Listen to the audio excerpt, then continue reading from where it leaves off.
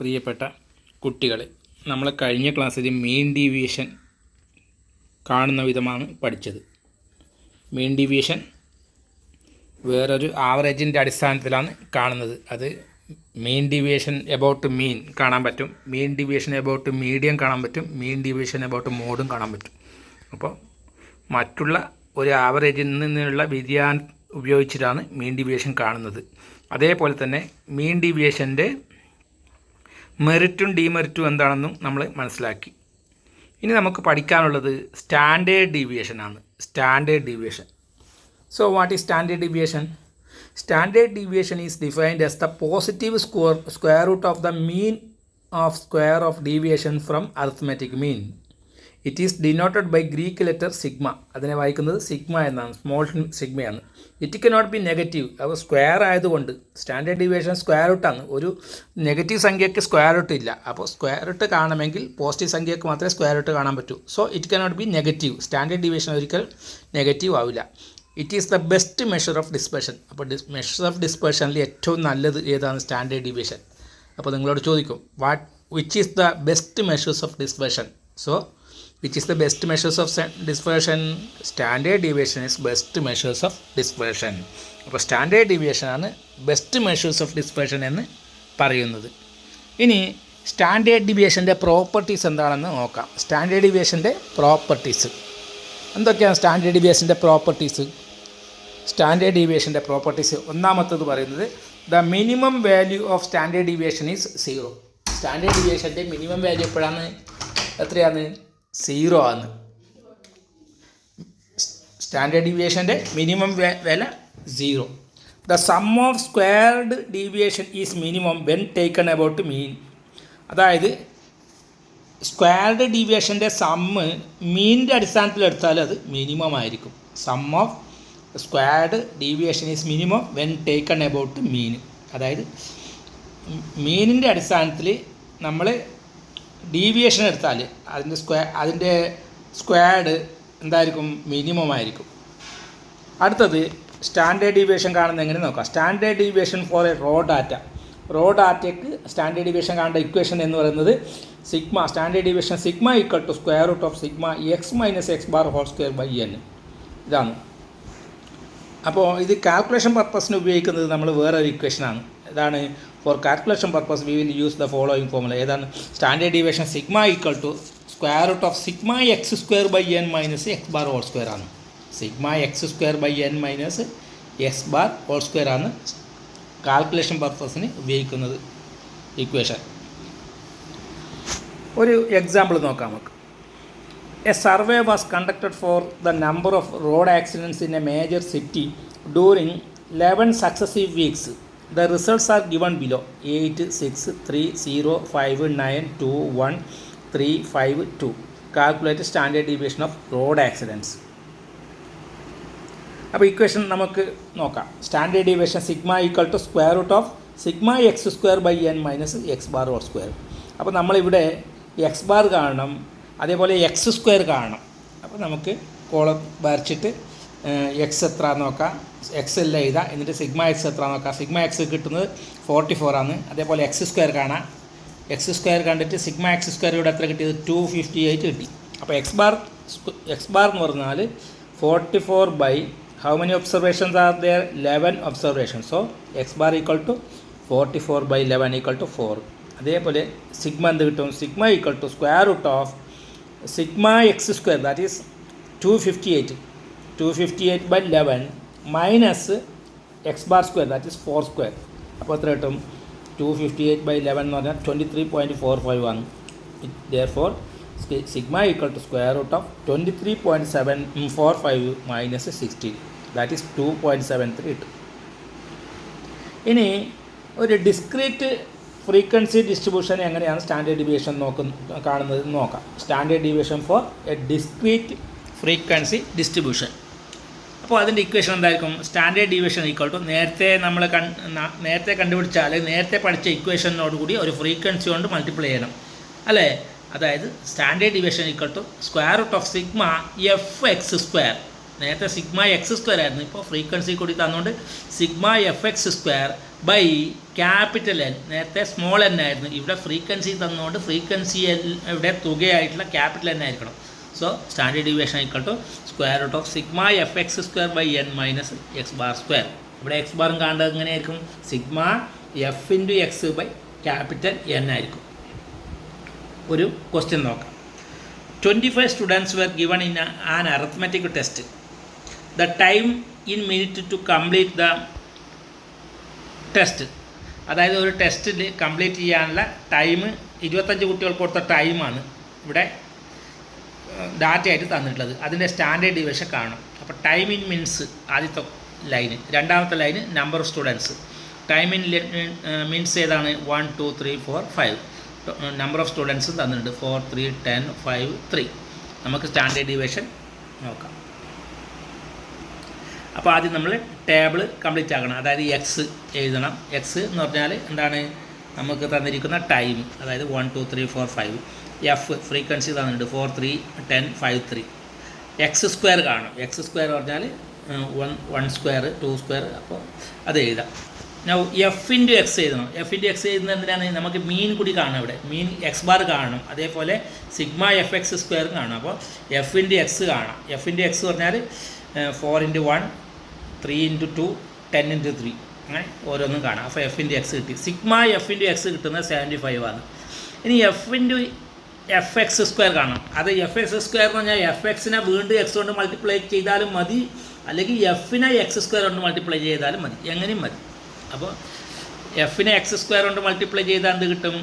4 into 1 that is 4, 3 into 4 12, 10 into 9 90 അങ്ങനെ കിട്ടും. അല്ലെങ്കിൽ എഫ് എക്സ് ഇടക്കാത്ത അതിനുണ്ട് 4, അതിനെ വീണ്ടും എക്സ് കൊണ്ട് മൾട്ടിപ്ലൈ 4 ഇൻറ്റു 1 4, 6 ഇൻറ്റു 2 12, 30 ഇൻറ്റു 3 90 എങ്ങനെ വേണമെങ്കിൽ കാണാം.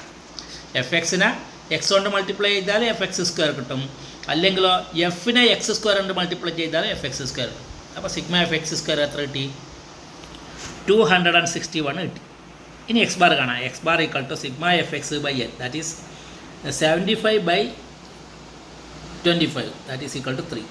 സിഗ്മ ഇനി standard deviation sigma equal to sigma square root of sigma f x square by n minus x bar square which is equal to square root of 261 by sigma f x square is 261. So 261 by 25 minus 3 square. അത് എത്ര കിട്ടും? On simplification we will get 1.2 എന്ന് കിട്ടും. ഇനി continuous frequency distribution എങ്ങനെയാണ് standard deviation കാണുന്നത്? Standard deviation continuous frequency distribution എന്ന് പറഞ്ഞാൽ ക്ലാസ്സുകൾ തന്നിട്ടുണ്ടാവും. To find standard deviation convert the continuous frequency distribution into discrete frequency distribution by taking the mid values of each class. അപ്പോൾ നമ്മൾ ഇവിടെ ചെയ്യേണ്ടത്, അതായത് കണ്ടിന്യൂസ് ഫ്രീക്വൻസി ഡിസ്ട്രിബ്യൂഷൻ തന്നിട്ട് നമ്മൾ ആദ്യം ചെയ്യേണ്ടത് ഈ ക്ലാസ്സിലെ ഓരോ ക്ലാസ്സിൻ്റെയും മിഡ് വാല്യൂ നമുക്ക് കാണണം. അപ്പോൾ അത് ഡിസ്ക്രീറ്റ് ഫ്രീക്വൻസി ഡിസ്ട്രിബ്യൂഷനെ പോലെ ആയി. അതായത് ഈ എക്സിൻ്റെ വില കിട്ടും, മിഡ് വാല്യൂ പറഞ്ഞാൽ എക്സിൻ്റെ വില കിട്ടും, ഫ്രീക്വൻസി കിട്ടും. എക്സിൻ്റെ വാല്യൂ ഫ്രീക്വൻസിയും കിട്ടിയാൽ നേരത്തെ പോലെ തന്നെ ഡിസ്ക്രീറ്റ് ഫ്രീക്വൻസി ഡിസ്ട്രിബ്യൂഷനെ പോലെ ആയി. പിന്നെ ആ പ്രൊസീജിയർ ഉപയോഗിച്ച് നമുക്ക് കാണാൻ പറ്റും. അത് ഒരു എക്സാമ്പിൾ ചെയ്യുമ്പോൾ ശരിക്കും മനസ്സിലാവും. നോക്കിക്കോളൂ.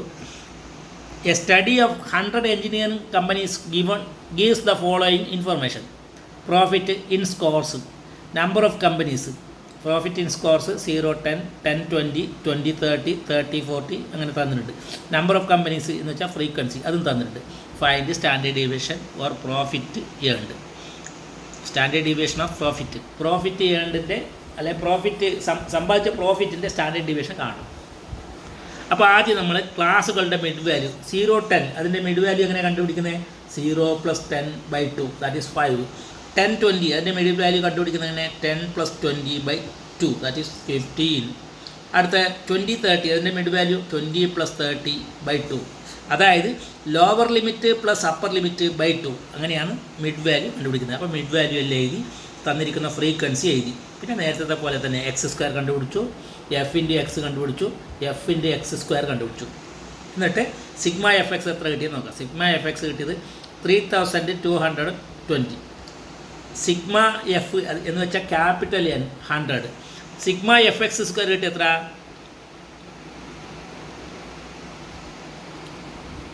കിട്ടിയത് 1,23,100 കിട്ടി. ഇനി എക്സ് ബാർ കാണാം. X bar equal to sigma f x by n, that is 3220/100. എത്ര കിട്ടും? 32.2. Now sigma equal to square root of sigma fx square by n minus x bar square. Sigma fx square 1,23,000 and 100 by 100 minus 32.2 square. That is, on simplification we will get sigma equal to 13.93. അപ്പോൾ ഇതാണ് continuous frequency ഡിസ്ട്രിബ്യൂഷന് standard deviation കാണുന്ന procedure. അപ്പോൾ ആദ്യം ചെയ്യേണ്ടത് continuous frequency ഡിസ്ട്രിബ്യൂഷനെ discrete frequency distribution ആക്കണം. എങ്ങനെയാണ്? ക്ലാസിൻ്റെ മിഡ് വാല്യൂ കണ്ടുപിടിച്ചിട്ട്, അപ്പോൾ എക്സിൻ്റെ വില എഴുതുക, അതാണ് മിഡ് വാല്യൂസ്. പിന്നെ ഫ്രീക്വൻസി എഴുതുക, പിന്നെ നേരത്തെ ചെയ്ത ഡിസ്ക്രീറ്റ് ഫ്രീക്വൻസി ഡിസ്ട്രിബ്യൂഷൻ്റെ പ്രൊസീജിയർ പ്രകാരം ചെയ്യുക. എഫ് എക്സ് കാണാം, എഫ് എക്സ് സ്ക്വയർ കാണാം, സിഗ്മ എഫ് കാണാം, അതേപോലെ തന്നെ sigma f X, sigma f x square, അതെല്ലാം കാണാം. ഇനി മെറിറ്റ്സും ഡിമെറിറ്റ്സും എന്ന് നോക്കാം. സ്റ്റാൻഡേർഡ് ഡീവിയേഷൻ്റെ മെറിറ്റ് എന്താണ്? It is rigidly defined and based on all observation. കൃത്യമായിട്ട് ഡിഫൈൻ ചെയ്തിട്ടുണ്ട്. അതേപോലെ എല്ലാ ഒബ്സർവേഷനെ അടിസ്ഥാനപ്പെടുത്തിയാണ് സ്റ്റാൻഡേർഡ് ഡീവിയേഷൻ കാണുന്നത്. It is capable of further algebraic treatment. അപ്പോൾ സ്റ്റാൻഡേർഡ് ഡീവിയേഷൻ്റെ തന്നിരിക്കുന്ന വിലകളുടെ ഒന്നിച്ച് ഓരോ വിലയിലൊന്നിച്ചും ഒരു വില ആഡ് ചെയ്താൽ വിലക്ക് വ്യത്യാസം വരില്ല എന്നാണ് പറയുന്നത്. ആൾജിബ്രിക് ട്രീറ്റ്മെൻറ്റ് ചെയ്യാൻ പറ്റുന്നതെന്ന് പറഞ്ഞാൽ എല്ലാ ഒബ്സർവേഷൻ്റെ ഒന്നിച്ച് ഒരു പർട്ടിക്കുലർ സംഖ്യ കൂട്ടിയാലോ കുറച്ചാലോ വിലക്ക് വ്യത്യാസം വരില്ല. സ്റ്റാൻഡേർഡ് ഡീവിയേഷൻ കൂട്ടാൻ പറ്റുമെന്ന് പറയുന്നത്. It is less affected by fluctuations of sampling than other measures of dispersion. അപ്പോൾ ഫ്ലക്ച്വേഷൻസ് ഓഫ് സാമ്പിളിങ്ങിൽ വളരെ കുറച്ചായിട്ട് അത് എഫക്റ്റ് ചെയ്യുന്നുള്ളൂ. അടുത്തത് demerit. It is difficult to calculate. Calculate ചെയ്യാൻ കുറച്ച് ഡിഫിക്കൽട്ടാണെന്ന് പറഞ്ഞത്. നമുക്ക് ആക്ച്വലി ഡിഫിക്കൽട്ട് ഒന്നുമില്ല. സ്ക്വയർ റൂട്ട് കാണാൻ വേണ്ടിയിട്ട് ഉള്ള പ്രശ്നത്തിലാണ് ഡിഫിക്കൽട്ട് പറയുന്നത്. സ്ക്വയർ റൂട്ടല്ല ഇപ്പോൾ നമ്മൾ എങ്ങനെയാണ് കാണുന്നത്? കാൽക്കുലേറ്റർ ഉപയോഗിച്ചുകൊണ്ടാണ് കാണുന്നത്. അപ്പോൾ കാൽക്കുലേറ്റർ ഉപയോഗിച്ച് കാണുന്നതുകൊണ്ട് ഇതിപ്പോൾ it is difficult to calculate എന്ന് പറയുന്നതിൽ അർത്ഥമില്ല. നമുക്കെല്ലാം വളരെ സിമ്പിളാണ് ഇത്.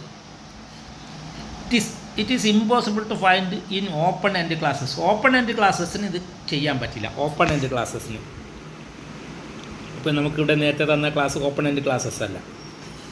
ഒന്നിൻ്റെ അപ്പർ ലിമിറ്റും അടുത്തതിൻ്റെ ലോവർ ലിമിറ്റും ഒന്ന് തന്നെ അല്ലെങ്കിൽ അത് ഓപ്പൺ എൻഡ് ക്ലാസ് ആയിരിക്കും. ഇവിടെ 0, 10, 10, 20 ഇത് ഒന്നിൻ്റെ അപ്പർ ലിമിറ്റ്, അതായത് ആദ്യത്തിൻ്റെ അപ്പർ ലിമിറ്റും അടുത്തതിൻ്റെ ലോവർ ലിമിറ്റും ഒന്ന് തന്നെ. അപ്പോൾ ഇത് ഓപ്പൺ എൻഡ് ക്ലാസ് അല്ല, ക്ലോസ്ഡ് എൻഡ് ക്ലാസ് ആണ്.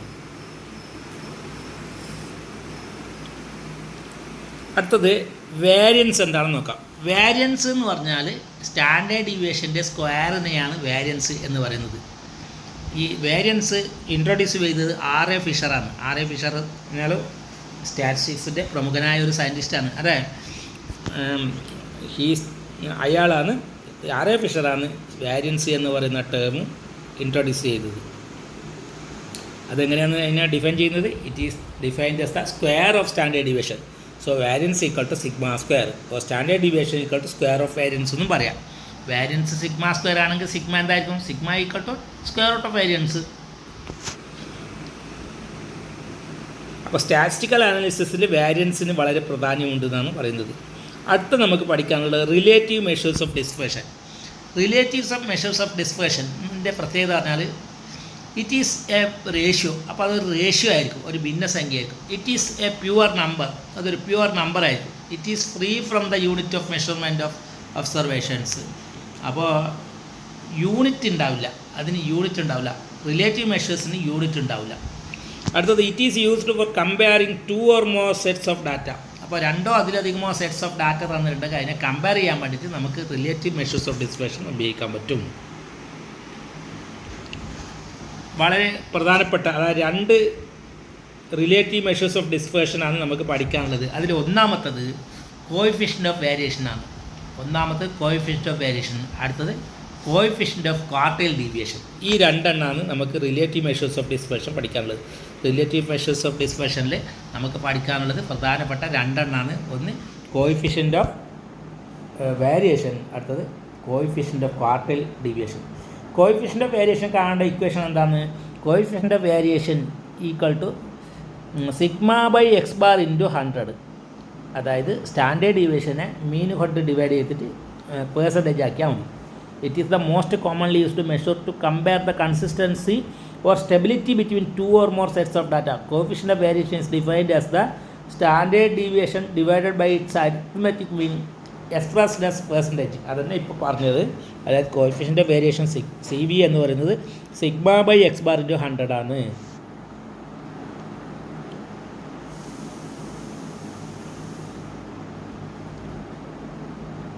ഒരു എക്സാമ്പിൾ നോക്കാം. In two factories A and B located in same industrial area, the weekly wages and standard deviation are as follows. അതായത് രണ്ട് ഫാക്ടറി എയും ബിയും, ഫാക്ടറി എ ഫാക്ടറി ബി, അതിൻ്റെ average തന്നെ സ്റ്റാൻഡേർഡ് ഡിവിഷൻ തന്നത്. എയുടെ ആവറേജ് എക്സ് ബാർ എന്ന് പറയുന്നത് 500, സ്റ്റാൻഡേർഡ് ഡിവിഷൻ സിഗ്മ എന്ന് പറയുന്നത് 5 ആണ്. നമ്പർ ഓഫ് വർക്കേഴ്സ് എത്രയാണ്? 476. ബി എന്ന ഫാക്ടറിയിലെ average 600, standard division 4, number of workers 524. Which factory pays larger amount as weekly wages? ഏത് ഫാക്ടറിയാണ് കൂടുതൽ വേജസ് കൊടുക്കുന്നത്?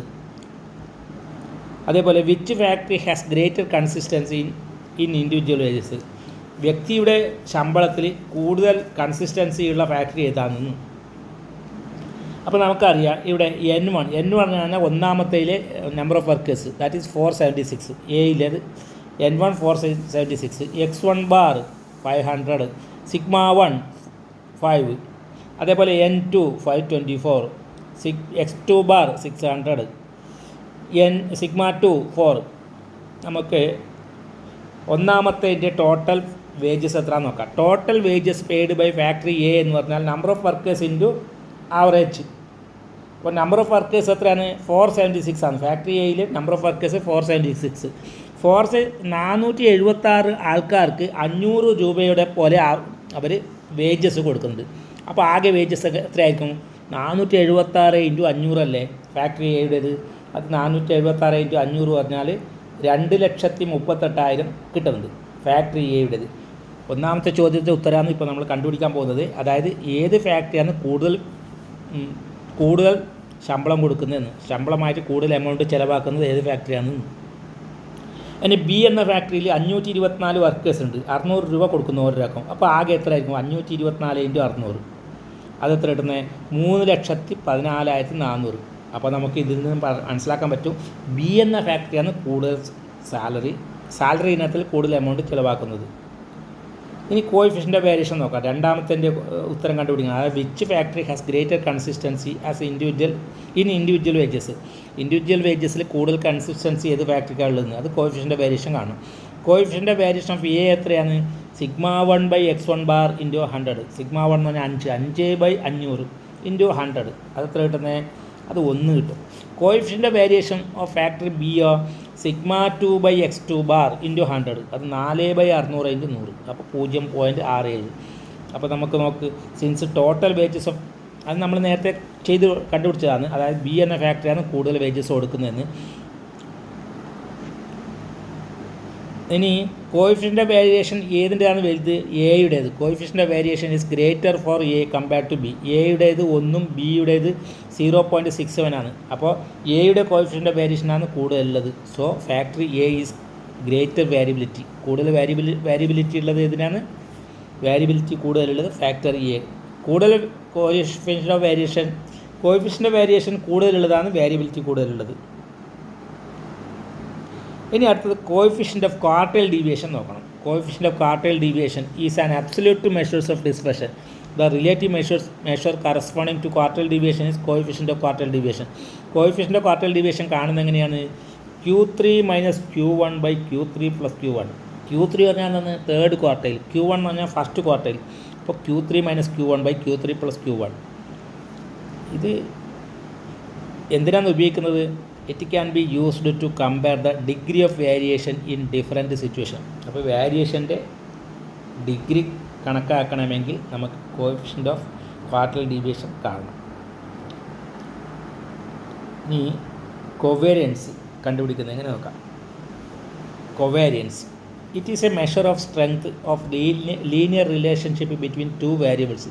Covariance indicates whether the variables are positively related or negatively related in bivariate distribution. അപ്പോൾ രണ്ട് വേരിയബിളിൻ്റെ distribution എന്ന് വെച്ചാൽ ബൈവേരിയറ്റ് ഡിസ്ട്രിബ്യൂഷനിൽ അതിൻ്റെ linear relationship between അതിൻ്റെ സ്ട്രെങ്ത്തിൻ്റെ ലീനിയർ റിലേഷൻഷിപ്പ് കണക്കാക്കാൻ വേണ്ടിയിട്ടാണ് ഈ കൊവേരിയൻസ് കാണുന്നത്. ഇത് പോസിറ്റീവ്ലി റിലേറ്റഡ് ആയിരിക്കും, ചിലപ്പോൾ ആയിരിക്കും, അല്ലെങ്കിൽ നെഗറ്റീവ് റിലേറ്റഡ് ആയിരിക്കും. കൊവേരിയൻസ് കാണേണ്ട ഇക്വേഷൻ എന്തായിരിക്കും?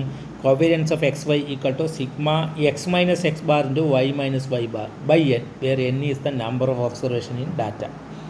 നമുക്ക് കമ്പ്യൂട്ടേഷൻ പർപ്പസിന് ഉപയോഗിക്കുന്ന ഇക്വേഷൻ ഇതല്ല. കമ്പ്യൂട്ടേഷൻ പർപ്പസിന് ഉപയോഗിക്കുന്നത് covariance of x y equal to sigma x y by n minus x bar into y bar. ഇതാണ് കാൽക്കുലേഷൻ പർപ്പസ് അല്ലെങ്കിൽ കമ്പ്യൂട്ടേഷൻ പർപ്പസിന് ഉപയോഗിക്കുന്നത്. If covariance of xy is positive, the variables moves in the same direction. അപ്പോൾ covariance of xy positive ആണെങ്കിൽ രണ്ട് വേരിയബിളും same ഡയറക്ഷനിൽ move ചെയ്യുന്നു പറയാം. If it is negative, they move in opposite direction. Covariance negative ആണെങ്കിൽ രണ്ട് വേരിയബിളും ഓപ്പോസിറ്റ് ഡയറക്ഷനിൽ ഒന്ന് മൂവ് ചെയ്യുന്നതിൻ്റെ നേരെ ഓപ്പോസിറ്റാണ് മറ്റേ മൂവ് ചെയ്യുന്നത്. If two variables are unrelated then covariance should be zero. രണ്ട് വേരിയബിൾ ഒരു റിലേഷൻ ഇല്ലെങ്കിൽ അവ സീറോ ആയിരിക്കും കൊവേരിയൻസ്. ഒരു കൊവേരിയൻസ് കാണേണ്ട ഒരു ഇക്വേഷൻ, ഒരു ചോദ്യം കൂടി, ഒരു ക്വസ്റ്റ്യൻ കൂടി നമുക്ക് നോക്കാം. The following data pertain to the length of service and the annual income in thousands for a sample of 8 employees in a industry. Find covariance. Covariance കാണാൻ വളരെ എളുപ്പമാണ്. നമുക്ക് എന്തൊക്കെ കാണണം? എക്സ് വൈ കാണണം, സിഗ്മ എക്സ് കാണണം, സിഗ്മ വൈ കാണണം. അപ്പോൾ ആദ്യം കോളമായിട്ട് എക്സിൻ്റെയും വൈയുടെയും വില എഴുതാം. എന്നിട്ട് എന്ത് ചെയ്യുക? സിഗ്മ എക്സ് എത്രയാണെന്ന് നോക്കാം, സിഗ്മ വൈ എത്രയാണെന്ന് നോക്കാം, പിന്നെ എക്സ് ഇൻറ്റു വൈ മൾട്ടിപ്ലൈ ചെയ്യുക, എന്നിട്ട് സിഗ്മ എക്സ് വൈ എത്രയാണെന്ന് നോക്കാം. അപ്പോൾ എക്സിൻ്റെ സമ്മ് നമുക്ക് കിട്ടി, വൈയുടെ സമ്മ് കിട്ടി. അപ്പോൾ എക്സിൻ്റെ സിഗ്മ എക്സ് ബൈ എൻ എത്ര കിട്ടും? സിഗ്മ എക്സ് ബൈ എൻ എന്ന് പറയുന്നത് 11 കിട്ടും. അതാണ് എക്സ് ബാർ. ഇവിടെ എക്സ് ബാർ ഈക്വൽ ടു 11 എന്ന് പറഞ്ഞിട്ടുണ്ട്. അത് കിട്ടുന്നത് എങ്ങനെയാണ്? എക്സ് എല്ലാം ആഡ് ചെയ്തു, അപ്പോൾ സിഗ്മ എക്സ് കിട്ടും. ആ സിഗ്മ എക്സിനെ 11 കൊണ്ട് ഡിവൈഡ് ചെയ്തു. 11 ഇവിടെ എത്രയുള്ളത്? Length of service, the following data pertain to the length of service 8 employees. അപ്പോൾ 11 കൊണ്ടല്ല, 8 കൊണ്ട്. അപ്പോൾ സിഗ്മ എക്സിനെ 8 കൊണ്ട് ഡിവൈഡ് ചെയ്യുക, അപ്പോൾ നമുക്ക് 11 കിട്ടും. അതേപോലെ സിഗ്മ വൈയെ 8 കൊണ്ട് ഡിവൈഡ് ചെയ്യുക, അപ്പോൾ നമുക്ക് എന്ത് കിട്ടും? വൈ ബാർ കിട്ടും. അതേപോലെ സിഗ്മ എക്സ് വൈനെ 8 കൊണ്ട് ഡിവൈഡ് ചെയ്താൽ നമുക്ക് എന്ത് കിട്ടും? സിഗ്മ എക്സ് വൈനെ 8 കൊണ്ട് ഡിവൈഡ് ചെയ്യുന്നത് എന്തിനാണ്? നമുക്ക് കൊവേരിയൻസ് കാണാൻ വേണ്ടി. അത് കൊവേരിയൻസിൻ്റെ ഇക്വേഷൻ എന്താണ്? Covariance of x y equal to sigma x y by n minus x bar into y bar. അതായത് സിഗ്മ എക്സ് വൈനെ 8 കൊണ്ട് ഡിവൈഡ് ചെയ്യുക 1772 ബൈ 8 മൈനസ് എക്സ് ബാർ ഇവിടെ കിട്ടിയിട്ടുണ്ട് 11 into y bar. Y bar എത്ര? 19. അത് എത്ര കിട്ടും? അത് കിട്ടുന്നത് 12.5. അതാണ് കൊവേരിയൻസ്. വേറൊരു ഇക്വേഷൻ കൂടിയുണ്ട്, ഒരു ക്വസ്റ്റ്യൻ ഉണ്ട്. അത് നിങ്ങൾ സ്വയം ചെയ്യണം. ഈ ക്വസ്റ്റ്യൻ നിങ്ങൾ ഹോംവർക്കായിട്ട് ചെയ്യാം. അപ്പോൾ ഇത്രയും മാത്രമേ എനിക്ക് ഈ ചാപ്റ്ററിൽ പറയാനുള്ളൂ. 6th ചാപ്റ്റർ ഇതോടുകൂടി കംപ്ലീറ്റ് ആയി. എല്ലാവരും നന്നായി പഠിക്കുക. Okay, thank you.